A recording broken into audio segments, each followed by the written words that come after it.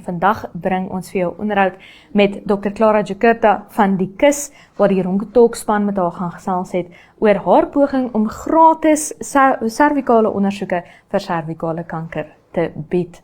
Dan gaan kyk ons ook na die vordering met die Matches on the Map poging. Dit is 'n egpaar wat bewusmaking doen vir die skenking van beenmerg.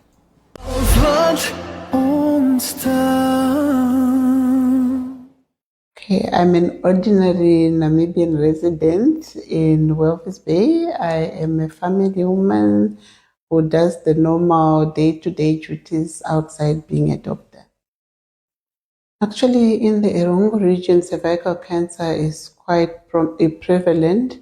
We've got around 200 new cases of women being diagnosed with cervical cancer.